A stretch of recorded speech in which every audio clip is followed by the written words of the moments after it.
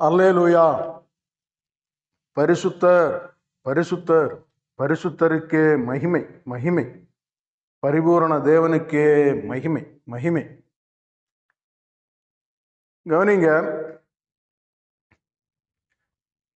1 யோவான் எழுதின நிருபம், அதுல யோவான் இப்படியாக சொல்லுகிறார்: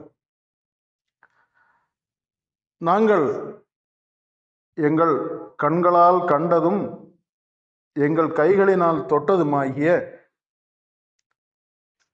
ஜீவனை குறித்து உங்களுக்கு அறிவிக்கிறோம். அந்த ஜீவன் எங்களுக்கு வெளிப்பட்டது, பிதாவினிடத்திலிருந்தும் எங்களுக்கு வெளிப்பட்டதுமான அந்த ஜீவனை உங்களுக்கு அறிவிக்கிறோம். நீங்களும் எங்களோட ஐக்கியம் உள்ளவர்களாகும்படிக்கு நாங்கள் கண்டும் கேட்டும் இருக்கிறதை உங்களுக்கு அறிவிக்கிறோம். எங்களுடைய ஐக்கியம் பிதாவோடும் அவருடைய குமாரனாகிய இயேசு கிறிஸ்துவோடும் இருக்கிறது. ஆமென். இப்படியாக 1 யோவான் 1ஆம் அதிகாரத்தில் 1லிருந்து ஒரு 3 வசனங்களுக்குள்ள யோவான் அந்த நிருபத்தில் தொடக்கத்திலே இப்படி பேசுகிறார்: எங்களுடைய ஐக்கியம் பிதாவோடும் அவர் அனுப்பின இயேசு கிறிஸ்துவோடும் இருக்கிறது. நீங்களும் எங்களோடு ஐக்கியம் உள்ளவர்களாகும்படி உங்களை அழைக்கிறோம். பரிசுத்தருக்கே மகிமை. நல்லா கவனிக்கணும். இன்றைக்கு அநேகருக்கு இந்த ஐக்கியத்தை குறித்து புரியல. ஐக்கியத்திற்கும் ஆராதனைக்கும் உள்ள வித்தியாசம் அநேகருக்கு தெரியல. பரிசுத்தருக்கே மகிமை. பாருங்க, ஐக்கியம் என்று சொல்லுகிறது ஒன்றாகுதல். இப்ப எங்களுடைய ஐக்கியம் குமாரனோடு இருக்கிறதுன்னா, குமாரனோடு தேவனோடு நாங்கள் ஒன்றாகினோம் என்று அவர் சொல்லுகிறார். பிரிக்க முடியாத ஒரு ஐக்கியம், இணைதல். அது மாதிரி நீங்களும் எங்களோடு ஐக்கியமாகுங்கள். இப்ப பவுல் சொல்லும்போது, நான் கிறிஸ்துவை போல் ஆனேன், நீங்கள் என்னை போல் ஆகுங்கள். அப்படின்னா நீங்களும் கிறிஸ்துவை போல் ஆகும்படிக்கு நான் உங்களுக்கு வழிகாட்டுகிற அந்த முறைமைகளை பின்பற்றுங்கள் என்று. அதே தான், அந்த மீனிங்ல தான் இவங்களும் பேசுகிறாங்க. எங்களோட ஐக்கியம் ஆகுங்கள் என்றால் எங்களுடைய ஐக்கியம் தேவனோடு இருக்கிறது என்று சொல்லுகிறார். அப்போ ஐக்கியம்னா நம்ம என்னன்னு பார்க்கணும். பரிசுத்தருக்கே மகிமை. சீசர்கள் எப்படி ஐக்கியமா இருந்தார்கள்? அப்போஸ்தலர் நடபடியில பார்த்தாச்சுன்னு சொன்னா, அங்கே ஒருவருக்கு ஒருவர் சகோதரர்களாய் இருந்து, ஒரு குடும்பமாய் இருந்து, ஒருவனும் தன்னுடையதை தனக்குரியதென்று மேன்மை பாராட்டாமல் எல்லோரும் சமமாய் ஒன்றாய் ஒருவருக்கு ஒருவர் புத்தி சொல்லுகிறதிலும், பந்தி பரிமாறுகிறது அப்பம் பிட்குதல்லையும் உபதேசங்களிலும் நிலைத்திருந்து தேவனை தலையாய் கொண்டு ஒரே சரீரமாய் ஒரே ஆவியாய் செயல்பட்டார்கள் என்று அறிகிறோம். பரிசுத்தருக்கே மகிமை. அதுக்கு பேர் தான் ஐக்கியம். இந்த ஐக்கியத்துல ஏழை பணக்காரன், இன்ன ஜாதி, இன்ன இனத்தான், குலத்தான் என்றெல்லாம் இருக்காது. இந்த ஐக்கியம் ஒரே ஐக்கியம், தேவனோடும் குமாரனோடும் இருக்கிற ஒரே ஆவியில் இணைந்தவர்கள் ஒன்றாகிற ஐக்கியம். இதுதான் தேவன் எதிர்பார்க்கிறார். பரிசுத்தருக்கே மகிமை. அப்போ அங்க அப்போஸ்தலர் நடபடியில எழுதி இருக்கும், பரிசுத்தருக்கே மகிமை. அவர்கள் ஒரே ஆவியின் கீழ் செயல்பட்டார்கள், கிறிஸ்துவனுடைய ஆவியின் கீழ்.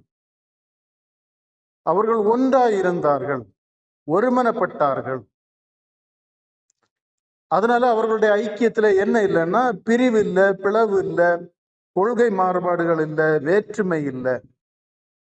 ஏன்னா அவர்கள் ஒருவர் அன்பா இருந்ததுனால ஒருவருக்கொருவர் சொல்லுகிற புத்திமதிகளை அவர்கள் ஏற்றுக்கொண்டார்கள். வழி நடத்துதலை அவர்கள் ஏற்றுக்கொண்டு அந்த வழிகளிலே தங்களை அர்ப்பணித்து நடந்தார்கள். இதுக்கு பேர் தான் ஐக்கியம். நீங்க நல்லா புரியணும். ஆராதனைன்னு சொல்லுகிறது வேற. இன்னைக்கு இந்த ஐக்கியங்கள் தான் இல்லை, ஆராதனை இருக்குது. ஆராதனைன்னு சொல்லுகிறது, நீங்க பழைய நியமத்துல பாத்தீங்கன்னா, தேவனை ஆராதிக்கிறதற்கு ஜப ஆலயங்கள், தேவாலயங்கள்னு கட்டி வைக்கப்பட்டிருக்கும். அதுல ஒரு குறிப்பிட்ட நபர் நியமிக்கப்பட்டிருப்பார், ஆசாரியன்னு. அவர் சில சடங்கு சம்பிரதாயங்களை கற்று தேர்ந்தவராய் இருந்து அதன்படி தேவனை ஆராதிப்பார். ஜனங்களும் அதற்கு ஆமேன் என்று சொல்லிக்கொண்டு அதுக்கு உடன்பட்டு அங்க நிற்பாங்க. ஆராதனை முடிஞ்ச பிறகு ஜனங்களுக்கு பாட்டுக்கு போயிட்டு இருப்பாங்க. ஊழியருக்கு வேலையை பார்த்துட்டு போயிட்டு இருப்பார். அப்ப இந்த முறைமையின்படிதான் இயேசு கிறிஸ்து வருகிறதற்கு முன்பு பரிசேயர், வேதபாரகர்கள் எல்லாம் மோசேயினுடைய ஆசனத்தில், அப்படின்னா மோசே வகுத்து வைத்திருந்த, தேவன் மோசேயின் மூலம் கொடுத்திருந்த அந்த நியாயப்பிரமாண சட்டதிட்டங்களின்படி லேவி கோத்திரத்திலிருந்து வந்தவன் எல்லாம் ஊழியக்காரனாட்டும் பரிசேய வேதபாரகர்கள் அதுல இருந்துட்டு ஜனங்களை சட்டத்திட்டங்களின்படி ஒரு ஆளுகை பண்ணிட்டு இருந்தாங்க. அதனால ஜனங்களுக்கு தேவனோடு ஒரு ஐக்கியம் இல்லை, தேவனை குறித்த அறிவும் இல்லை. பாவம் செய்யக்கூடாது, பாவம் செய்தா அவங்களுக்கு தண்டனை என்கிற ஒரு கோட்பாடும், தேவனுக்கு பயந்து அவரை மகிமைப்படுத்தும்படியா வாரத்துல ஒரு நாள் ஓய்வு நாளை கடைபிடிச்சிட்டு அந்த நாள்ல அந்த நாளுக்குரிய சட்டத்திட்டங்களை பின்பற்றி கொண்டு அந்த நாள்ல என்ன செய்யணும்னு உள்ளதை அவர்கள் கை கொள்கிறவர்களாய் இருந்தார்கள். கை கொள்ளாதவர்களுக்கு தண்டனை. அதனால அந்த ஜனங்களுக்கு தேவனுடைய பரிசுத்தத்தை குறித்தோ அவருடைய சித்தத்தை குறித்தோ நரக ஆக்கினை குறித்தோ இந்த மாதிரி எல்லாம் ஒரு பயமே இல்லை. மரணத்தை குறித்த பயம் கூட இல்லை. ஏன்னா அந்த காலங்கள்ல யுத்தத்துல சாகிறது இந்த மாதிரி எல்லாம் இருந்தது. பரிசுத்தருக்கு மாமிச காலம். பாருங்க, இங்க அந்த ஆராதனைகளை, மாமிசத்திற்குரிய ஆராதனைகளை கிறிஸ்துவானவர் உடைத்தறிந்து, அதனாலதான் வேதம் சொல்லுகிறது, நியாயப்பிரமாணம் என்கிற தடுப்பு சுவரை அகற்றி தேவஜனங்கள் எனப்பட்ட ஜனங்களையும் புறஜாதி என்று எண்ணப்பட்டவர்களையும் இருதரத்தாரையும் ஒன்றாக்கி எல்லோரும் தேவனை ஆவியோடும் உண்மையோடும் எங்கும் எவ்விடத்திலும் தொழுது கொள்ளும்படியாய் தேவன் அவர்களை ஆவிக்குரியவர்களாய் வழிநடத்த, ஆவிக்குரியவர்களாய் மாற்ற, தம்மோடு ஒரு ஐக்கியத்தை ஏற்படுத்தும்படியாக அழைத்தார். அதனாலதான் சீசர்களை அவர் ஆராதனை செய்யறதுக்கு அழைக்கல, தம்மோடு கூட இருக்கவும், தாம் வழிநடத்தவும், ஆளுகை செய்யவும், தாம் சொல்லுகிற காரியங்களை செய்யவும் அவர்களை அழைத்தார். அந்த அழைப்புன்னு சொல்லுறது வெறும் பூமியோடு முடிந்து போகிறது அழைப்பு அல்ல, பரலோகத்திலும் தமக்கு சகோதரர்களாய் இருக்கும்படி. அதான் சீசர்கள்ட்ட அவர் சொல்லுவார், நான் போவேன், நீங்க எனக்கு பின்னாடி அங்க பரலோகத்துக்கு வருவீங்க. அப்போ ஐக்கியம் என்கிறது இங்க உலகத்துல வைக்கிற ஒரு ஆராதனை அல்ல. இந்த ஐக்கியம் என்கிறது நித்திய ஜீவனை சுதந்திரிக்கும்படியாய் ஒரு நாளும் முடிவில்லாத ஐக்கியம். இன்னைக்கு பாருங்க, இன்னைக்கு இருக்கிற ஊழியர்கள் ஆராதனைன்னு சொல்லிட்டு ஜனங்களை வாரத்துல அல்லது மாசத்துல அல்லது வருஷத்துல பல நாட்களை ஆராதனை நாட்கள்னு சொல்லி பிரித்து வைத்துட்டு அதுல ஜனங்கள் அங்க வருவாங்க. ஒரு சபை, ஒரு கட்டிடத்தை கட்டி வச்சுட்டு அங்க ஜனங்களை வரவழைத்து ஜனங்களும் அங்கே வருவார்கள், ஊழியர்களும் வருவாங்க. அப்படி அவர்கள் வந்து கூடுகிற அந்த இடத்தை பரிசுத்தப்படுத்துவார்கள். அப்படின்னா அந்த கூடுகை பரிசுத்தமாய் இருக்க வேண்டும், அந்த ஆராதனை பரிசுத்தமாய் இருக்கணும். அப்போ அங்க அந்த ஆராதனையில வருகிறவர்கள் எல்லாரும் அமைதியாக இருந்து தேவனை பாடி துதித்து பாஸ்டர் சொல்லுகிறதையும் கேட்டு அப்படி தேவனை மகிமைப்படுத்திட்டு ஏதோ ஒரு விடுதலை அடைந்தது மாதிரி ஒரு மாய தோற்றத்தை ஏற்படுத்தி விடுவார்கள்.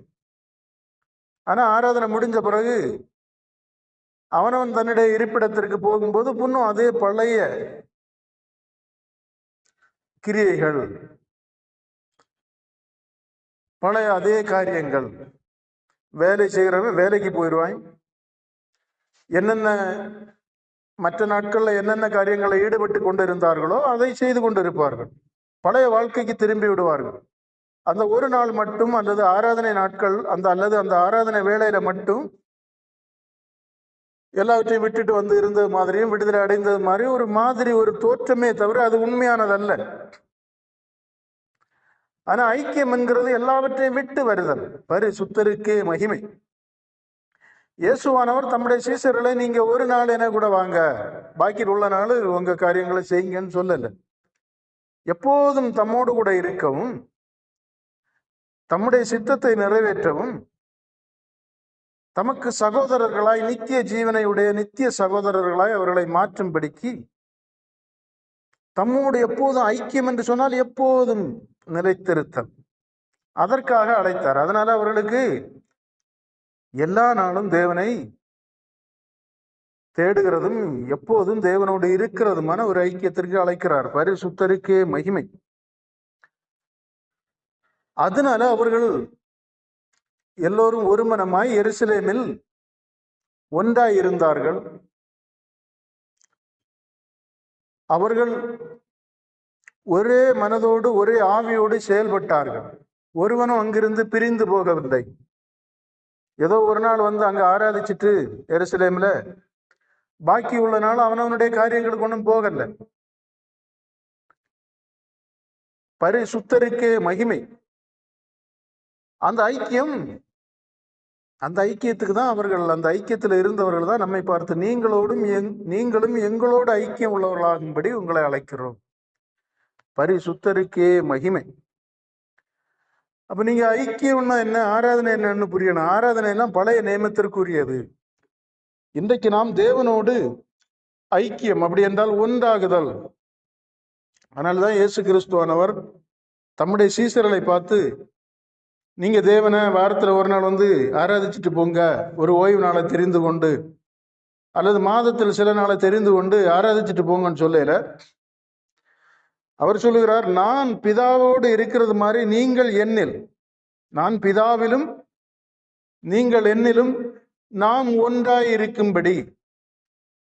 அந்த ஒன்றாகுதல், அதுக்கு பேர் தான் தேவனோடு இணைதல், ஐக்கியமாகுதல், இணைந்து விடுதல். பரிசுத்தருக்கே மகிமை. அந்த வாழ்க்கைக்கு தான் அவர் அழைக்கிறார். அந்த ஐக்கியத்துல அவர்கள் நிலைத்திருக்கும்படி உலகத்தை வெறுக்க வேண்டியது அவசியமாய் இருக்கிறது.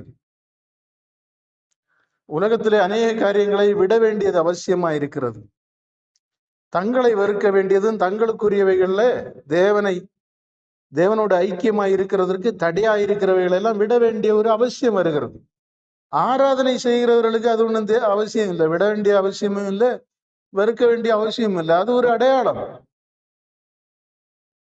அங்க நம்ம ஒரு சில மணி நேரங்கள் அப்படி இருந்தா போதும். இன்னைக்கு நீங்க நல்லா கவனிங்க, இது உங்களுக்குரிய ரட்சிப்புக்குரிய காரியமானபடினால நீங்க நல்லா கவனிக்கணும். நீங்க ஒரு ஆராதனைக்கு போகிற, ஒரு சபையில ஆராதனை நடக்கு, நீங்க அங்க போறீங்க, அதுல இருந்து உங்களுக்கு ஆத்ம மீட்பு உண்டாகுதா? அங்க என்ன நடக்குது? அங்க சில பாடல்களை பாடுவாங்க, தேவனை மகிமைப்படுத்துகிறோம் என்று சொல்லி தேவனை புகழ்வார்கள். அவர் முன்ன காலத்துல செய்த அவருடைய பராக்கிரமத்தை குறித்து பேசி அதற்கு ஒரு அல்லேலூயா சொல்லுங்கன்னு சொல்லி ஜனங்கள் அந்த காரியங்களை நினைவு கூர்ந்து மகிமைப்படுத்துவார்கள். இந்த மாதிரிதான் இருக்குமே தவிர, தங்களை மாற்றிக்கொள்ள வேண்டும், தாங்கள் கிறிஸ்துவின் சாயலாக மாறணும், நாம் தேவனுடைய ஆவியை பெற்றுக்கொள்ள வேண்டும், அவருடைய ராஜ்யத்தின் பிள்ளையாக வேண்டும், அதுக்கு நான் எப்படி வழி நடக்கிறது அப்படின்னு உள்ள ஒரு சிந்தை ஒன்றும் அங்கே உருவாகாது. அப்படிப்பட்ட சிந்தையை உருவாக்குற பாஸ்டர்ஸ் எல்லாம் அப்படியே ஆராதனைன்னு வச்சுட்டு இருக்க மாட்டாங்க. ஏன்னா ஐக்கியம் என்கிறது வழி நடத்துதல். பரிசுத்தருக்கு மகிமை. இங்க ஆராதனை செய்கிற இடத்துல நீங்க பாத்தீங்கன்னா, பாஸ்டருக்கு இருக்கிற வருமானம், பாஸ்டருக்கு இருக்கிற சொத்து, அந்த மதிப்பெல்லாம் வேற இருக்கு. நீங்க பாருங்க, ஆராதனைக்கு ஒரு சபை இருக்குது, ஆராதனையில கூடுகிறாங்க. அங்க ஆராதனையில கூடும்போது, இது யதார்த்தமான உண்மையை சொல்லுவதனால நீங்க சரியா இதை கவனிக்கணும். அங்க ஆராதனையில கூடும்போது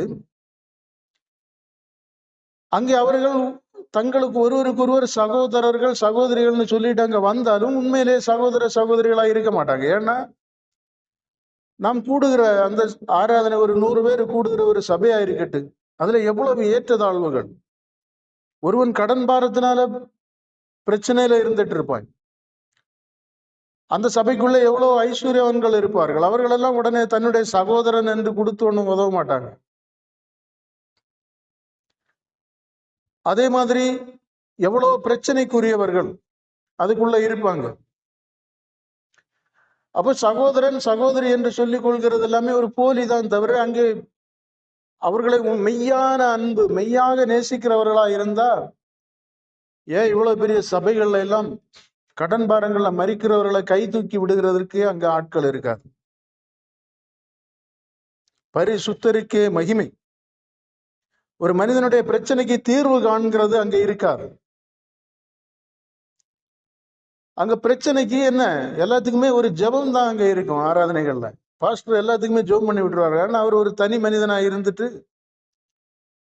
அப்ப ஆராதனை என்கிறத நம்ம மையப்படுத்தி ஆராதனைகளை செய்யும் போது அங்க அந்த பாஸ்டருக்கு தான் அது லாபம்.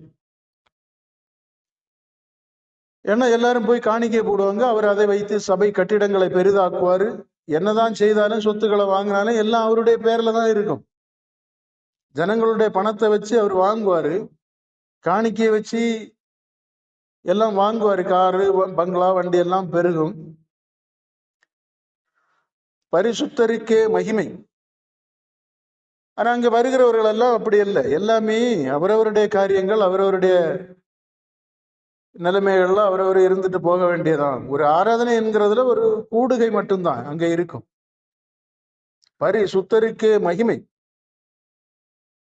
பாருங்க, அதனாலதான் இந்த ஆராதனைகள் எல்லாம் ஒரு பிரயோஜனமற்றதாய் போய்விடுகிறது. அதனாலதான் போலிகள் இன்னைக்கு பார்த்தா உலகம் முழுவதும் பார்த்தா அங்க ஆராதனை ஆராதனை.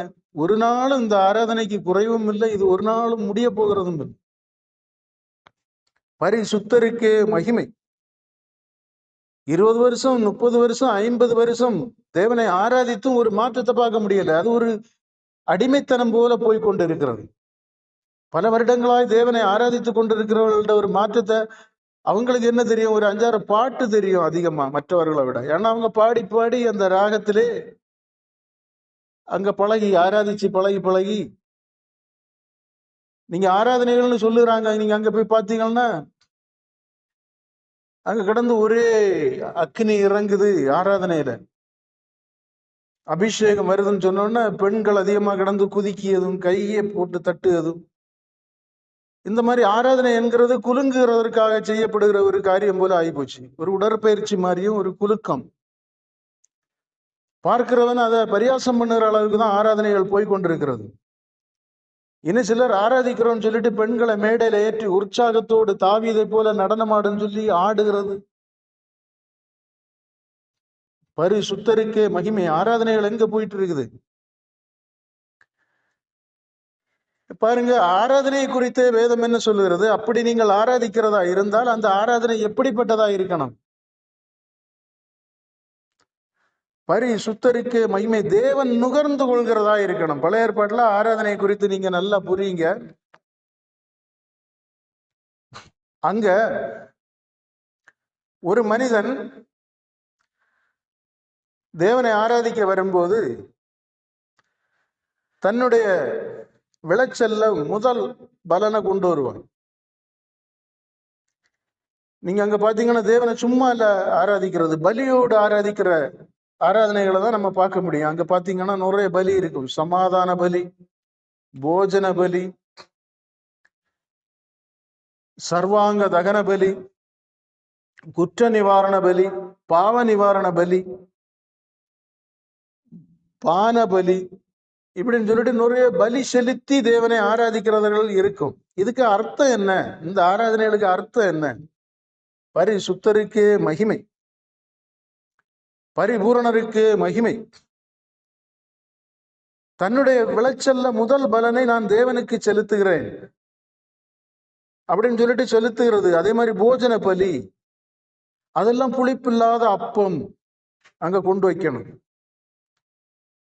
அந்த ஆராதனையை அந்த பலியை செலுத்தி தேவனுக்கு முன்பாக அதை தகனிக்கும் போது அந்த மனிதன் தன்னுடைய முதற் பலனை தேவனுக்கு செலுத்தி மகிழ்ச்சி அடைகிறான் என்றும் அதனாலே தேவன் மகிழ்வு அடைகிறார் என்கிறத காட்டுகிறதுக்கு தான் அந்த போஜன பலியை வார்த்து அந்த மாவு அதையெல்லாம் தகனித்து அதுல மேல தூபங்களை போட்டு, கர்த்தர் சொன்ன அந்த மாதிரி தூப இதெல்லாம் போட்டு அதிலிருந்து எழும்புகிற அந்த புகை வாசனையை தேவ சமூகத்திலே கிருபாசனத்திற்கு முன்பாக அந்த தட்டுல வச்சு கர்த்தர் நுகரும்படியா எல்லாம் வைப்பாங்க. இதுக்கு அர்த்தமே அதே மாதிரி சர்வாங்க தகன பலி, அடிக்கப்பட்ட ஆட்டு எடுத்து அதனுடைய அந்த ஈரல், அதனுடைய அந்த காய், இப்படி எல்லாம் சொல்லி இருக்கோம். அவைகளை எல்லாம் தகனித்து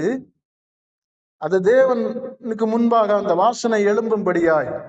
இதுக்கு அர்த்தம் என்னன்னா, பரிசுத்தருக்கு மகிமை, எல்லாவற்றையும் தேவனுக்கு முன்பாக சமர்ப்பித்து தேவன் அதனால மகிழ்ச்சி அடைகிறதை குறிக்கிறது. பரிசுத்தருக்கு மகிமை, பரிபூரணருக்கு மகிமை. லேவிய கூட ஒவ்வொரு கோத்திரத்திலும் முதற் பிறந்தவன் தேவனுக்கு சொந்தம் என்கிறதுக்கு அடையாளமா அதுக்கு சமமாதான் லேவிய முழுமையாக எடுக்கப்பட்டிருக்கு. பரிசுத்தருக்கு மகிமை. அப்போ இங்க அந்த காலத்துல ஆராதிக்கும் போது பலி இல்லாத ஒரு ஆராதனை அங்க இருக்காது. பரிசுத்தருக்கு மகிமை. தேவனை ஆராதிக்கணும்னா அங்க பலி செலுத்துவார்கள். இன்றைக்கும் ஆராதனை குறித்து சொல்லும் போது, நீங்கள் உங்களை பரிசுத்தமும் தேவனுக்கு பிரியமான ஜீவ பலியாய் ஒப்பு கொடுக்கிறதுக்கு பேர் தான் புத்தியுள்ள ஆராதனை. பரிசுத்தருக்கே மகிமை. நம்முடைய ஆராதனைகள்ல நம்ம ஒன்றையுமே நம்மளை கொடுக்க மாட்டோம். நம்மை பரிசுத்தமாய் தேவனோடு நாம் உடன்படிக்கை செய்ய மாட்டோம். ஞானசானம் எடுத்தியான்னு கேட்டா, ஆமா நான் ஞானசானம் எடுத்தேன்னு சொல்லுவாங்க. அதுக்கு அர்த்தம் தெரியுமா? எதற்காக செய்தாய்? அதுக்கு அர்த்தம் என்ன? பிதா குமாரன் பரிசுத்த ஆவியானவருடைய நாமத்தினாலே நான் உம்முடைய பிள்ளை ஆகிறதற்கு உலகத்திற்கு மரித்து பரலோக ராஜ்யத்தின் பிள்ளை ஆகும்படிக்கு பாவத்திற்கு மரித்தவனாய் நித்திய ஜீவனை சுதந்திரிக்கிறதுக்கு உயிர்த்தெழுதலில் இணைக்கும்படியாக அவருடைய மரணத்தோடு இணைக்கப்பட்டு அவருடைய உயிர்த்தெழுதல் பங்குள்ளவர்கள் ஆகும்படிக்கு எனக்கு லாபமான வேலை நஷ்டம் என்றும் குப்பை என்றும் விட்டேன் அப்படின்னு சொல்லி தேவனோடு ஒரு உடன்படிக்கை செய்து, அதுதான் ஞானஸ்நானம். ஆனா அந்த உடன்படிக்கை நம்ம செய்திருப்போம், செய்துட்டு நம்ம ஆராதிப்போம். அந்த வாழ்க்கையில அந்த மாறுதல் இருக்காது. வேதம் சொல்லுகிறது புத்தியுள்ள ஆராதனை என்று சொன்னால் ஜீவனுள்ள தேவனுக்கு தன்னை பரிசுத்தமும் ஜீவ பலியாய் ஒப்பு கொடுப்பது. அந்த பலி அங்க இருக்கணும். தன் ஜீவனை இழந்து போகிறவன் நித்திய ஜீவனை சுதந்திரிக்கிறான். அப்படின்னா இந்த வாழ்வை பலியாக்குதல், இந்த மாமிசத்திற்குரிய வாழ்வை மாமிசத்தின்படி வாழாமல் ஆவிக்குரிய வாழ்வாய் மாற்றுகிறதற்காக இந்த தீட்டும் அருவருப்புமான இந்த போலியான உலகத்துக்குள்ளே நம்மை ஈடுபடுத்திக் கொள்ளாமல் தேவனை ஆவியோடும் உண்மையோடும் பரிசுத்தமாய் பரிசுத்த அலங்காரத்தோடு தொழுது கொள்ளும்படியாய் நம்மை தேவனுக்கு அடிமையாக்கி கொள்கிறதுக்கு பேர் தான் ஆராதனை. இந்த ஆராதனை நாம் நம்மை ஒப்பு கொடுக்க நமக்குள்ள ஒரு வளர்வு மாற்றத்தை கொண்டு வருகிறது. தேவனை நம்மோடு ஐக்கியப்படுத்துகிறது. நாம் தேவனோடு இணைகிறோம். தேவன் நம்மை ஆளுகை செய்கிறார். நாம் தேவனுக்கேற்ற கிரியைகளை செய்கிறோம். அப்படின்னா நம்ம டெய்லி ஆராதனை பண்ணுகிறோம்னா நாம் மாறுகிறோம், மாற வேண்டும். நாம் வளர்கிறோம் கிறிஸ்துவுக்குள். நாம் உலகத்தை விடுகிறோம், நம்மை வெறுக்கிறோம், மாற்றங்கள் நமக்குள் உருவாகிறது. நம்முடைய பழைய மனிதன் மரிக்கிறான். புதிய நீதி, மெய்யான நீதியில் வந்த கிறிஸ்துவனுடைய வாசனை ஜீவன் நமக்குள் உருவாகிறது. அப்போ நமக்குள் கிறிஸ்து உருவாகணும்னா நம்முடைய பழைய மனிதன் பலி செலுத்தப்பட வேண்டும், அடிக்கப்பட வேண்டும், ஒழிக்கப்பட வேண்டும், நொறுக்கப்பட வேண்டும். அப்ப பாருங்க, இன்னைக்கு அப்படியே ஆராதனை. இன்னைக்கு ஆராதனைன்னா நாங்களாகவே இருப்போம், எங்க இஷ்டப்படி வாழ்வோம், எங்க இஷ்டப்படி செய்வோம். ஆனா வாரத்துல ஒரு நாள் வருவோம், வந்துகிட்டு ஒரு 5-6 பாட்டை பாடி ஆகோஷமா ஆண்டவரை உயர்த்தி சத்தம் போடுவோம். கர்த்தரே தேவன் கர்த்தரே தேவன் சொல்லி சத்தம் போடுவோம், அல்லேலூயா சொல்லுவோம் அப்படின்னு சொல்லிட்டு ஜனங்கள் ஒரு மாற்றம் இல்லாத ஒரு ஆராதனை. இதை தேவன் இங்க அப்படி ஒரு முன்மாதிரி வைக்கவே இல்லை. தம்முடைய சீசரிடத்தில் அவர் அப்படி சொல்லவே இல்லை.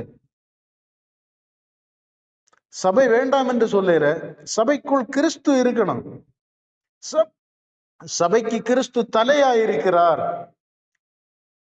அப்ப அங்க தலை இல்லாத, கிறிஸ்து இல்லாத ஆராதனை, அது யாருக்கு ஆராதனை நாம் செய்கிறோம்? மாற்றமில்லாத ஆராதனை. ஏன் இந்த ஆராதனைகள் எப்படி இருக்குன்னா, ஒருவரோடு ஒருவர் ஒரு ஐக்கியம் இல்லை, ஒருவருடைய பாரத்தை ஒருவன் ஏற்றுக்கொள்ள, ஒருவனை ஒருவன் ஆத்மார்த்தமாட்டு நேசிக்கிற அந்த உண்மையான அன்பு இல்லை. அன்பு இருந்தா எப்படி பாஸ்டர் மட்டும் பணக்காரன் ஆயிட்டு போவாரு, பாக்கி சபையில வேற விசுவாசி, பாஸ்டர் மட்டும் என்னைக்கும் பாஸ்டரா இருப்பாரு. சில இதுகள்ல பாஸ்டருக்கு சீட்டை அவர் விட்டு கொடுக்க மாட்டாரு, அதுல அவர் தான் பிரசங்கிப்பார். கேட்டா நான் அபிஷேகம் பண்ணப்பட்டேன், வேற எவனும் அபிஷேகம் பண்ண கூடாதுன்னு. பரிசுத்தருக்கே மகிமை. பாருங்க, அநேகருக்கு ஊழியர் விசுவாசி இந்த போர்வையில தான் அநேகர் நடந்துட்டு இருக்காங்க. இயேசு கிறிஸ்துவானவர், நல்லா கவனிங்க,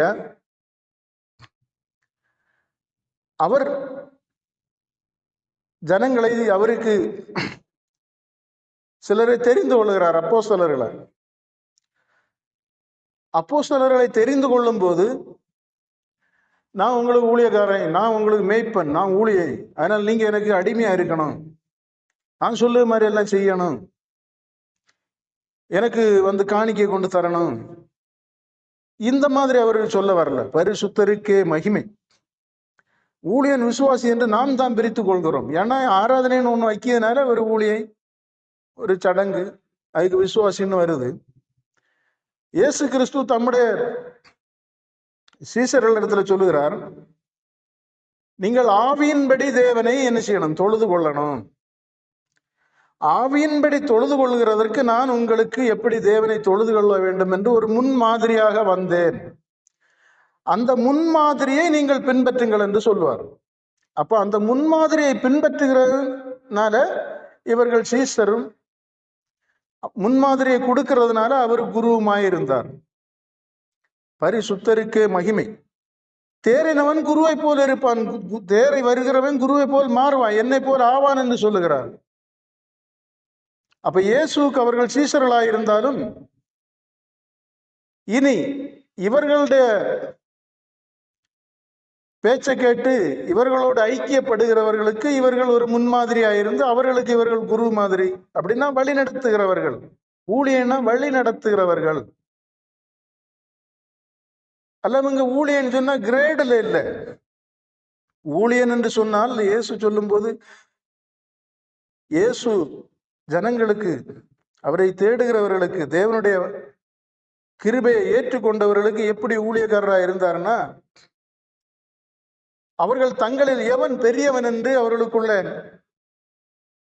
ஒரு பிரச்சனை வந்தபோது அவர்கள் அறியாமல் தங்களில் எவன் பெரியவன் என்று ஒருவருக்கு ஒருவர் பேசிக் கொண்ட போது, எவன் பெரியவனாய் இருப்பான் என்கிறதை தேவன் அவர்களுக்கு விளக்கி கொடுத்தார். எப்படின்னா, அவர்களை போதித்து அவர்களை ஆளுகை செய்து வழிநடத்தி கொண்டிருக்கிற போதகரும் ஆண்டவருமாகிய கர்த்தர் ஒரு வேலைக்காரனை போல ஒரு துணியை எடுத்து அறையில கட்டி கொண்டு அவர்களுடைய பாதங்களை கழுவி ஒரு வேலைக்காரன மாதிரி அவர்களுக்கு அந்த காலையெல்லாம் தொடச்சிட்டு போஜனங்களை பிட்டு கொடுக்கிறார். பிட்டு கொடுத்துட்டு அவர் சொல்லுகிறார், போதகரும் ஆண்டவருமாகிய நான் என்னை தாழ்த்தி உங்களுக்கு வேலைக்காரனாகவும் உங்களிடத்துல எவ்வளவு அன்பு செலுத்துகிறேன், இதே மாதிரி நீங்கள் ஒருவருக்கு ஒருவர் அப்படிப்பட்ட ஒரு வாழ்க்கையை வாழுங்கள். உங்களில் பெரியவனாய் இருக்கிறவன் எல்லாருக்கும் கீழே இருந்து ஊழியம் செய்ய கடவன். அப்படின்னா எல்லாருக்கும் பணியாளாய் இருக்க கடவன், எல்லாருக்கும் உதவி செய்கிறவனாய் இருக்க கடவன், எல்லாருக்கும் ஒரு மாதிரியாய் இருக்க கடவன், எல்லாரையும் தாங்குகிறவனாய் இருக்க கடவன். எல்லாரையும் நேசிக்கிறவனா இருக்க கடவன் அப்படின்னு அநேக காரியங்களை அவர்களுக்கு சொல்லிக் கொடுக்கிறார். பரிசுத்தருக்கு மகிமை. அப்ப சீசர்களுக்கு அவர் கற்றுக் கொடுத்தது வேற. அப்ப அவர் கடைசி வரைக்கும் சகோதரர்கள் என்று சொன்னார்.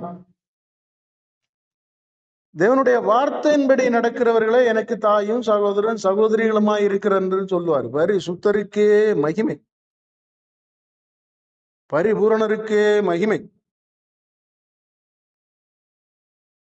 பரிசுத்தருக்கே மகிமை. இன்னைக்கு அப்படி இல்லை. ஆராதனைன்னு சொல்லுகிறது அது ஒரு என்ன, ஒரு வேலை, ஒரு பொசிஷன் மாதிரி. ஊழியக்காரன்னா ஊழியக்காரனுக்கு ஒரு பொசிஷன். பரிசுத்தருக்கே மகிமை. படிச்சு சில டிகிரிகளை வாங்கி ஆராதனை நடத்துகிற சில சபைகள் எல்லாம் கம்பெனி மாதிரி செயல்பட்டு கொண்டிருக்கிறது. அதுக்கு ஒரு டயோசிஸ் இருக்கும், ஒரு தலைமை பீடம் இருக்கும், அங்க சில நியமங்கள் இருக்கும், அதுல படிக்கணும், அதுல கொடுக்கிற சில சட்டத்திட்டங்களின்படி செயல்படணும், அதன்படி சம்பளம் கொடுப்பார்கள். அப்படி ஒரு சபையில பிரசங்கம் பண்ணுவார்கள். பரிசுத்தருக்கே மகிமை. ஆனா தேவனால் ஏற்படுத்தப்பட்டன்னு சொல்லுவாங்க. இது தேவனால் ஏற்படுத்தப்பட்டதா? அதெல்லாம் அன்றைய காலத்துல வேதபாரகர்கள் அப்படி பண்ணிட்டு இருந்தாங்க.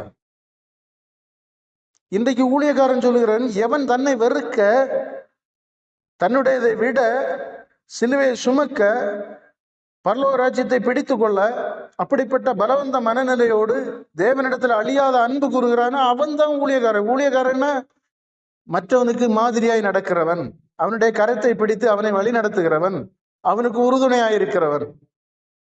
இதுதான் பவுல் தீமோத்தேயுக்கு சொல்லிக் கொடுக்கும் போது இப்படி சொல்லுகிறார், நீ மற்றவர்களுக்கு மாதிரியாயிரு, உன் இளமையை குறித்து ஒருவனும் குற்றம் சாட்டப்படாதபடிக்கு நீ யோக்கியம் உள்ளவனாய் நடந்து கொள், உன்னை கண்டு கிறிஸ்துவை அவர்கள் கற்றுக்கொள்ளணும். பரிசுத்தருக்கே மகிமை, பரிபூரணருக்கே மகிமை. அன்பில்லாதவன் தேவனை அறியான், அன்பில்லாதவன் ஊழியம் செய்ய முடியாது. அதனாலதான் போலிகள் உருவாகிறது.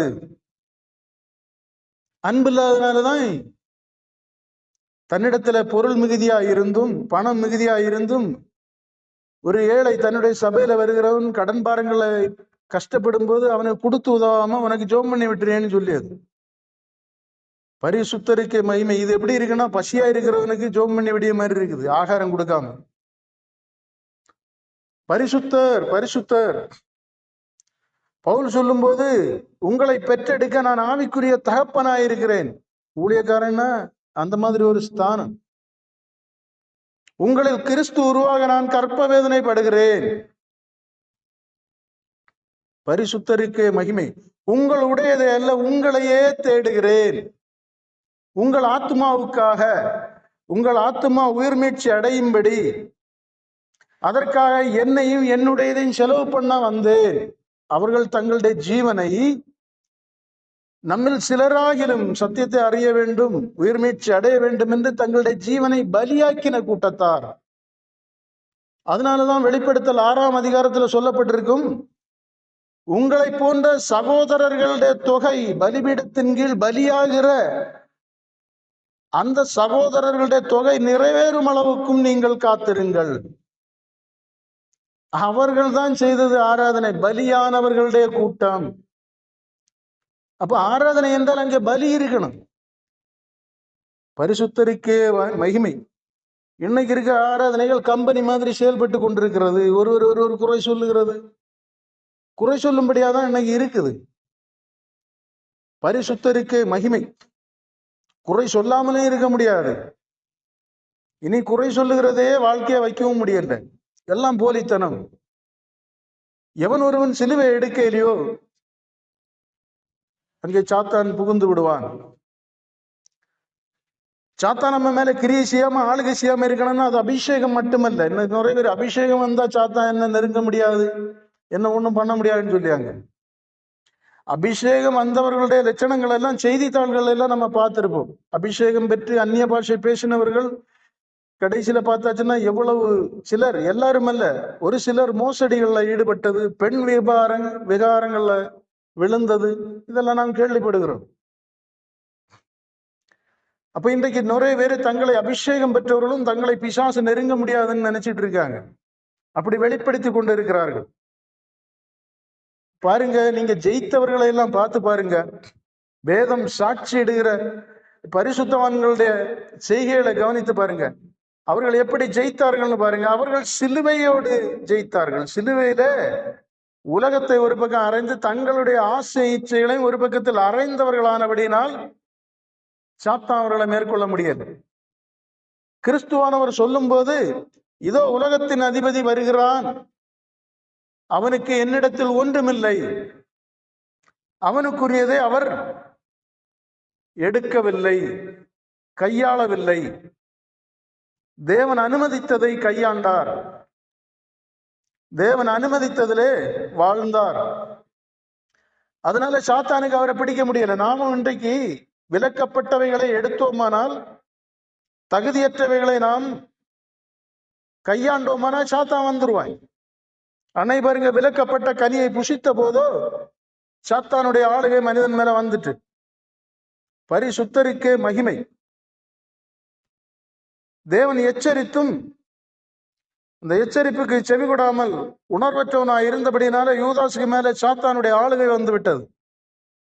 பரிசுத்தருக்கே மகிமை, பரிபூரணருக்கே மகிமை.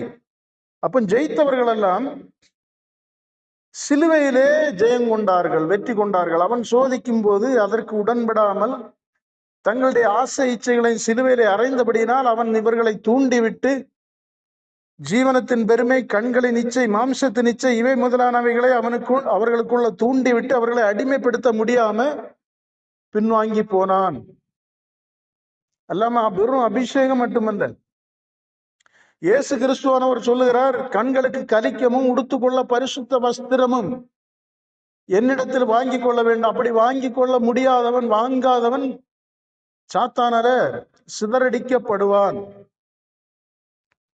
அதை வாங்கணும்னா நான் நெருப்பிலே போடப்பட வேண்டும். அப்படின்னா ஜீவனுக்குரிய வழிகளிலே வழி நடத்தப்பட வேண்டும், கிறிஸ்து இயேசுக்கு உட்பட வேண்டும்.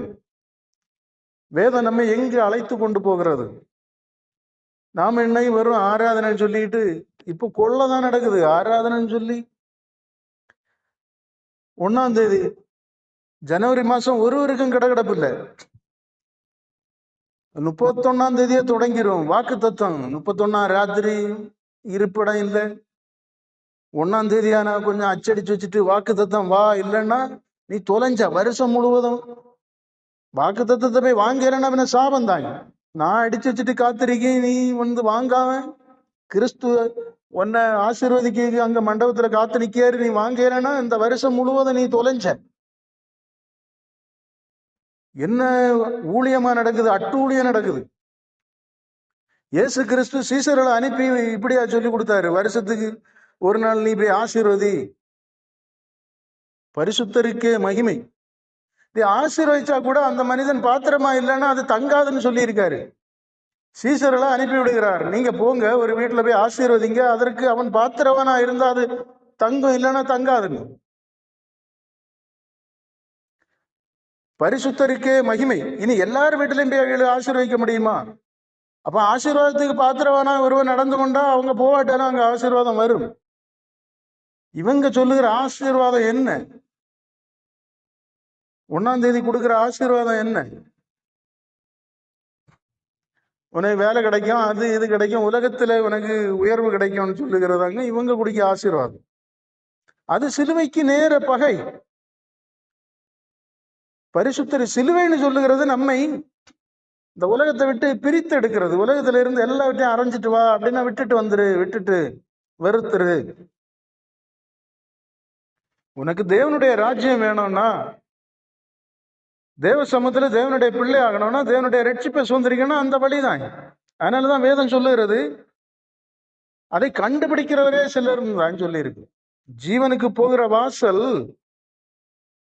வழி நெருக்கம், இடுக்கமானது. அப்படின்னா மூட்டும் முடிய மரண பரியந்தம் சோதிக்கப்படுவோம். நீங்க வெளிப்படுத்தல பாருங்க, சாத்தான் தனக்கு கொஞ்ச காலம் உண்டந்துக்கு அருதி உணர்ந்து மிகுந்த கோபம் கொண்டு பரிசுத்தமாக விரும்புகிறவரோட யுத்தம் பண்ண வந்தான். யுத்தம் சொன்னா ஒன்னில் நீ இல்லாட்டி நான், அந்த மாதிரி. அப்போ அங்க ஜெயித்தவர்களை பார்த்து என்ன சொல்லிருக்குன்னா, மரணமே நேரிடுகிறதா இருந்தாலும் கிறிஸ்துவை விட்டு பின் வாங்காத கூட்டம்னு சொல்லியிருக்கு. அப்ப நமக்கு இப்ப முக்கியம் தேவனுடைய ராஜ்யத்தை சுதந்திரிக்கதான் முக்கியம். இங்க இப்பவும் அந்த தேவனை தகர்த்து போட்டத அந்த நியாயப்பிரமாண வாழ்வை குறித்து பேசிட்டு இருக்காங்க, ஆசீர்வாதம். அப்ப மற்ற ஜனங்க ஆசீர்வாதமா இல்லையா? 1ஆம் தேதி போவாதவன் எல்லாம் ஆசீர்வாதத்துல இல்லையா? 1ஆம் தேதி வாக்குத்தத்தம் வாங்கினவன் வருஷத்துக்கு கடைசியில சாகாமல இருக்கான். சிலர் சாகத்தானே செய்வான். உலகம்னா அங்க பிறப்பு இறப்பு எல்லாம் இருக்கதான் செய்யும். பரிசுத்தருக்கே மகிமை. பாருங்க, நீங்க உணர்வு இல்லாம இருந்தா ஏமாத்திட்டு தான் இருப்பாங்க. பரிசுத்தருக்கே மகிமை. நீங்க தேவனை தேடுகிறதா இருந்தால் அவர் தேவன், அவரை யாரும் ஏமாற்ற முடியாது. அந்த உணர்வோடு தேடுங்கள். கர்த்தருடைய வழிகளை எவனும் மாற்ற முடியாது. கர்த்தர் முன்மாதிரி வைத்த அந்த மாதிரியை ஒரு ஊழியக்காரன் சொல்லுகிறான்னு சொல்லிட்டு நீங்க மாற்ற முடியாது. அப்படி சொல்லுகிறவன் தேவனுடைய ஊழியக்காரனும் அல்ல. எல்லாரும் தேவனுடைய ஊழியத்தை, அப்படின்னா தேவனுடைய வேலையை செய்தாக வேண்டும், அப்படின்னா தேவனுடைய வழிகளில் வந்தாக வேண்டும். தேவனுடைய வழிகளில் வருகிறவனே தேவனுடைய வேலையை செய்துதான் வருகிறான். என்னில் கனி கொடுக்கிறவன் எவனோ அவனை நான் என்ன செய்கிறேன்? பரிசுத்தப்படுத்துகிறேன். அப்ப பரிசுத்தம் ஆகணும்னா கனி கொடுத்தாகணும். கனின்னா தேவனுக்கேற்ற கனி. தேவனுக்கேற்ற கனின்னா என்ன?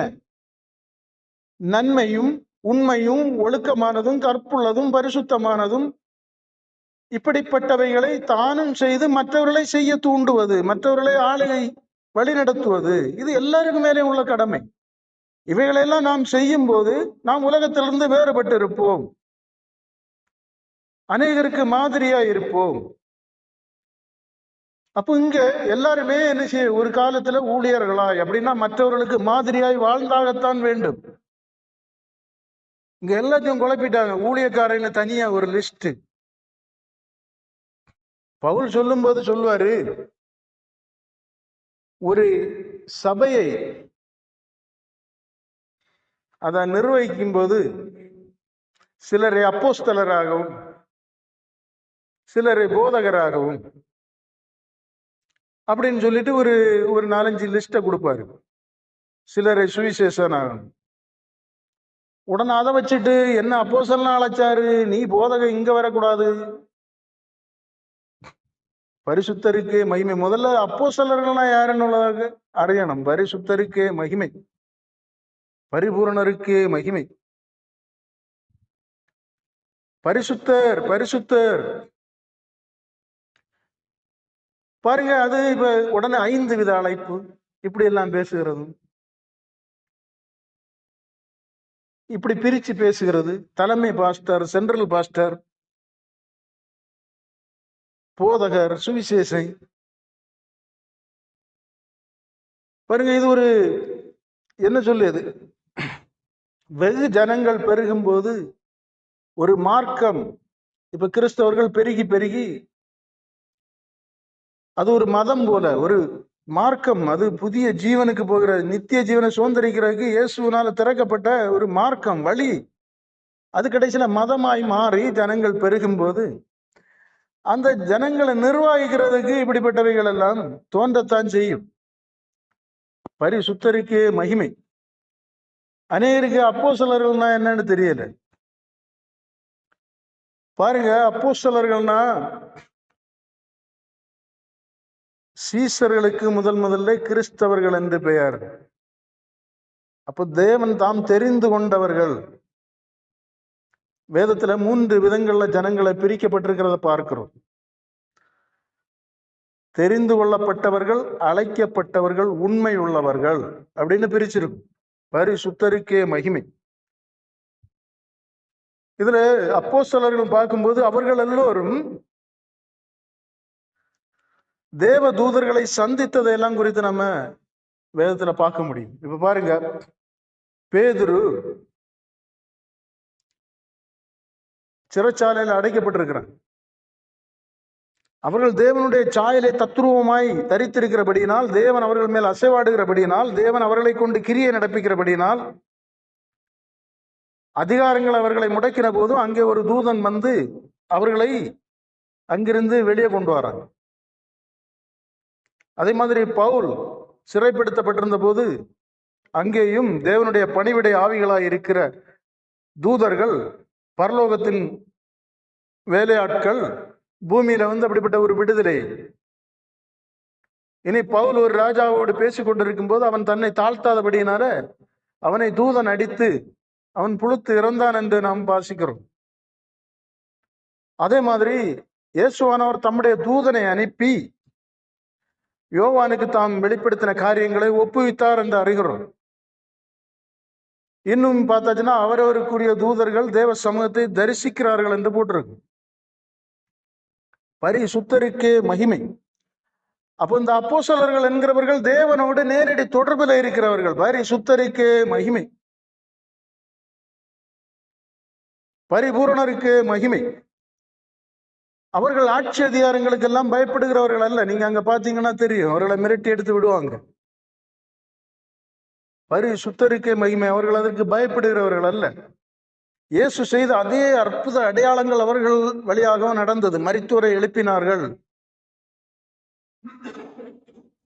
இன்னைக்கு அப்போஸ்தலர்னு பெயர் போட்டிருக்க ஆட்களை நீங்க பாருங்க, அந்த மாதிரி செய்கை இருக்குதான். அவர்கள் பரதேசியா இருப்பார்கள். அப்ப தெரிந்து கொள்ளப்பட்டவர்களுடைய எண்ணிக்கை இன்றைக்கு குறைவு. அப்படிப்பட்டவர்கள் இல்லை. அப்போ அழைக்கப்பட்டவர்கள் சொல்லுற ஒரு குரூப் தான் இப்ப இருக்குது. அழைக்கப்பட்டவர்கள்னா இப்ப நீங்க பாத்தீங்கன்னா பவுலுக்கு இருக்கிற தேவனோடு இருந்த, அதுதான் அவன் சொல்லும் போது மனுஷரோடும் அல்ல மனுஷர் மூலமாயும் அல்ல, தேவனிடத்திலிருந்து நேரடியாக அழைப்பை பெற்றவன் என்று சொல்லுவான். பவுலுக்கு இருக்கிற அந்த ஒரு தொடர்பு தீமோத்தேயுக்கு தேவனோடு இருக்கிறான்னு பார்த்தா அங்க எங்கேயுமே அப்படிப்பட்ட இருக்காது. அவன் பவுல் தேவனோடு இருந்தான். அப்படி தேவன் பவுலுக்கு மேல உலாவி கொண்டிருந்தார், ஆளுகை செய்து கொண்டிருந்தார். அந்த ஆளுகைக்கு கீழே தீமோத்தேயு இருந்து கீழ்ப்படிந்து பவுலுடைய இருதயத்திற்கு ஏற்றவனபடி செயல்பட்டு கொண்டிருந்தான். பரிசுத்தருக்கே மகிமை. எலியா இருக்கும் வரைக்கும் எலிசா அவனுடைய ஒரு உடனாளாயிருந்தான். அதுக்கு பிறகுதான் அவனுக்கு வரம் கைமாறப்படுகிறது. அப்ப தேவன் தெரிந்து கொள்கிறவர்களுக்கு அவர் தம்முடைய வரத்தை கொடுக்கிறார். அவர்களுக்கு பேர் தான் அப்போஸ்தலர்கள், அழைக்கப்பட்டவர்கள், உண்மை உள்ளவர்கள். அப்ப இவைகள்ல தான் நம்முடைய கீழ்ப்படிதலுக்கு அல்லது நம்முடைய பலிகளுக்கு தகுந்தவாறு பிரிவினை. அப்படின்னா பரலோகத்திலும் வேதம் சொல்லுகிறது சிறியவன் பெரியவன் என்ற ஒரு, எல்லோரும் ஒரு ரட்சிப்புக்குள்ள வந்தாக வேண்டும். அதே நேரம் 1 30 60 100 தங்களுடைய வாழ்நாட்கள்ல தேவனுக்கு கிரியை செய்கிறதுல தேவன் சிலரை கனமான பாத்திரத்திற்கும் சிலரை கனவீனமான பாத்திரத்திற்கும் பயன்படுத்தலாம். ஒரு வீட்டுல அதை தான் பவுல் சொல்லும் போது, ஒரு வீட்டுல ஒரு பாத்திரத்தை நம்ம கக்கூசில போட்டிருப்போம், ஒரு பாத்திரத்தை குடிக்கு பயன்படுத்துவோம். எல்லாமே அந்த எஜமானுக்கு உதவி. ஆனா எல்லாமே கீழ்ப்படிந்து ஆக வேண்டும் எஜமானுக்கு. நான் அங்க இருக்க மாட்டேன் இங்க இருக்க மாட்டேன்னு அவைகள் சொல்ல முடியாது. அப்ப தேவன் பயன்படுத்துகிற விதங்கள்ல வித்தியாசம் இருக்கிறது. தெரிந்து கொள்ளப்பட்டவர்கள், அழைக்கப்பட்டவர்கள், இதெல்லாம் தேவன் தீர்மானிக்கிறார். நம்மால நமக்கு வந்த கிருபை, நம்மை வழிநடத்துகிற ஆளுகைக்கு நாம் ஒப்பு கொடுக்கணும். இது இன்னைக்கு அப்படி இல்லை பாருங்க. ரொம்ப மாய்மாலங்கள் நடக்குது. ஊழியக்காரன்னா அது என்ன சொன்னாலும் அதை ஏற்றுக்கொள்கிற மனநிலையில ஜனங்கள் மயக்கி ஏமாற்ற வஞ்சிக்கப்பட்டு கொண்டிருக்கிறதெல்லாம் பார்க்க முடியுது. பரிசுத்தருக்கே மகிமை. ஊழியர்கள் தேவனுடைய சபையிலே தங்களை தேவனைப் போல காட்சி அளிக்கிறார்கள். அதற்கு இந்த ஜனங்களும் உடந்தையாயிருக்கிறார்கள். அதனாலதான் தங்கள் சுய இச்சைக்கு ஏற்ற போதகர்களை தேடிக்கொண்டு, அதே மாதிரி செவித்தீனம் உள்ளவர்களாகி எப்போதும் கற்றலும் ஒருபோதும் உணராத கூட்டத்தார்னு எல்லாம் சொல்லி இருக்கு. அதனால நீங்க நல்லா புரியுங்க. ஐக்கியம் அது தேவனோடு, தேவனை சுமக்கிற மனிதர்களோடு உங்களுடைய ஐக்கியம் சரியா இருந்ததுன்னா உங்களுடைய ஆத்ம மீட்புக்கு அது உதவியா இருக்கும். ஐக்கியத்துக்கும் ஆராதனைக்கும் ஒரு வித்தியாசத்தை நீங்க நல்லா புரியணும். இப்ப நமக்கு ஒரு மனிதனை தெரியலன்னு வைப்புமே, ஒரு நபரை குறித்து நமக்கு சொல்லப்படுகிறது, அந்த நபரை நாம் பார்த்திருக்க மாட்டோம். ஆனா அந்த மனிதன் யாரோடெல்லாம் ஐக்கியமா இருக்கிறானோ அதை வச்சு அந்த மனுஷனை கணிக்க முடியும். அந்த மனிதன் ஒரு குடிகாரனோடோ அல்லது ஒரு கொள்ளைக்காரனோடோ ஒரு கொலைகாரனோட ஐக்கியம் வச்சிருந்தானா இவனும் அந்த டைப்ல உள்ள ஆளுன்னு நமக்கு புரிய முடியும். ஆனா நல்லவர்கள் அப்படிப்பட்டவர்களோட நீண்ட காலம் பயணம் செய்ய முடியாது. அவர்களை திருத்த முயற்சிப்பார்கள், முடியலன்னா விட்டுருவாங்க. அப்ப ஒருவன் இப்படிப்பட்டவர்களோட நீண்ட காலம் பயணம் செய்கிறான்னா நமக்கு புரிஞ்சிடும் இவனும் அந்த டைப் தான், அதனாலதான் அவர்களோட அவனுக்கு ஒத்து போகிறது அப்படின்னு புரிய முடியும். அப்போ ஐக்கியம் என்று சொன்னாலே அந்த ஐக்கியத்துல நமக்கு கனி வெளிப்படும். கிரியை வச்சு அவன் யாரோட ஐக்கியமா இருக்கிறான்னு நம்ம கண்டுபிடிக்க முடியும். பரிசுத்தருக்கே மகிமை. அப்ப பாருங்க, நம்ம ஒரு மனிதனை பார்க்காவிட்டாலும் அவன் யாரோடு ஐக்கியம் வைத்திருக்கிறான், எவர்களோடு பயணம் செய்கிறான், அவர்களுடைய குணாதிசயங்கள் நமக்கு தெரியுமானால் அதை வச்சு நமக்கு கண்டுபிடிக்க முடியும். ஆனா ஆராதனைன்னு சொல்லுறத வச்சு கண்டுபிடிக்க முடியாது. ஆராதனையில எல்லாரும் தான் வந்து கூடுவாங்க. ஏழை பணக்காரன் பல விதங்கள்ல இருக்கு. ஜனங்களுக்குள்ளே வேறுபாடு, மாறுபாடான சிந்தைகள், காரியங்கள் எல்லாம். வாய் தான் அல்லேலூயா சோத்திரம்னு சொல்லுவோம். அதனாலதான் கர்த்தர் சொல்லுகிறார், நான் இப்படிப்பட்டவர்களை வெறுக்கிறேன், இந்த ஜனங்கள் உதடுகளால் என்னை கனம் பண்ணி உள்ளத்தினால் எனக்கு தூரமாயிருக்கிறார்கள். இயேசுக உள்ளமும் இவர்களுடைய உள்ளமும் ஒத்து போகாது. ஆராதனை நேரம் மட்டும்தான் ஏசப்பா அப்படி இப்படின்னு. ஒரு மறுநாள் பார்த்தா அவனுடைய உள்ளம் எல்லாம் பணம் சம்பாதிக்கிறதிலும் தான் இச்சிக்கிறதை அடைகிறதிலும் தான் குறியா இருப்பான் ஆராதனை செய்கிறவன். பரிசுத்தருக்கே மகிமை. ஜனங்களை இதை கேட்கிற ஊழியக்காரனுக்கு கோபம் வரும். ஏன்னா அவனுக்கு வலிக்கு இது இடைஞ்சலா இருக்கு. நீங்க விழிப்புணர்வாயிருங்கள். உங்களை ஒருவன் ஏமாற்றினான்னா அது அவனுடைய தவறு. மீண்டும் மீண்டும் உங்களை ஏமாற்றுகிறான்னா அதுல நீங்க உணர்வற்று இருக்கிற உங்களுடைய தவறும் அதுல இருக்குது. பரிசுத்தருக்கே மகிமை.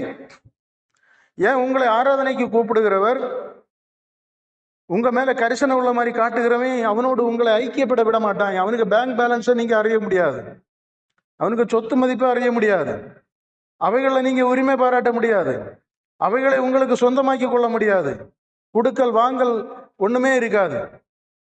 ஆனா ஆராதனை நேரம் அதுல கூட அவர் மேடையில் நிற்பாரு, நீங்க கீழே நிக்கணும். அதுல கூட ஐக்கியம் ஆக மாட்டாரு. பந்தியில கூட அவர் முந்தி சாப்பிட்டுட்டு போவாரு, நீங்க கூட்டத்துல தான் கிடக்கணும். பரிசுத்தருக்கே மகிமை. உங்களை எந்த விதத்துல ஐக்கியமாகாதவன் எப்படி? இயேசு அப்படி இல்லை. சீசர்களை அழைத்தார், அவர்களோட ஐக்கியத்தமா இருந்தார். அவர்களோட பசிக்கு பசி, பட்டினிக்கு பட்டினி, நடைக்கு நட, வியாகுலத்திற்கு வியாகுலம். தம்முடைய முதுகை காட்டிட்டு அவர்களை தப்ப விட்டார். தம்முடைய மார்பை காட்டி அடியை அவர் வாங்கிட்டு அவர்களை தப்ப விட்டார். என்னை பிடிக்க வந்தீர்களானால் இவர்களை விட்டு விடுங்கள். இங்க நம்மனா பிடிச்சு கொடுத்துருவான். அவனுக்கு 1 லட்சம் ரூபாய் தேவைன்னா கூப்பிட்டுருவான், ஆராதனையை போடு. நமக்கு தான் கொஞ்சம் 100 ஆடுகள் இருக்குது, அதை கறந்துருவோம். உடனே காணிக்கையை பற்றி பேசியது.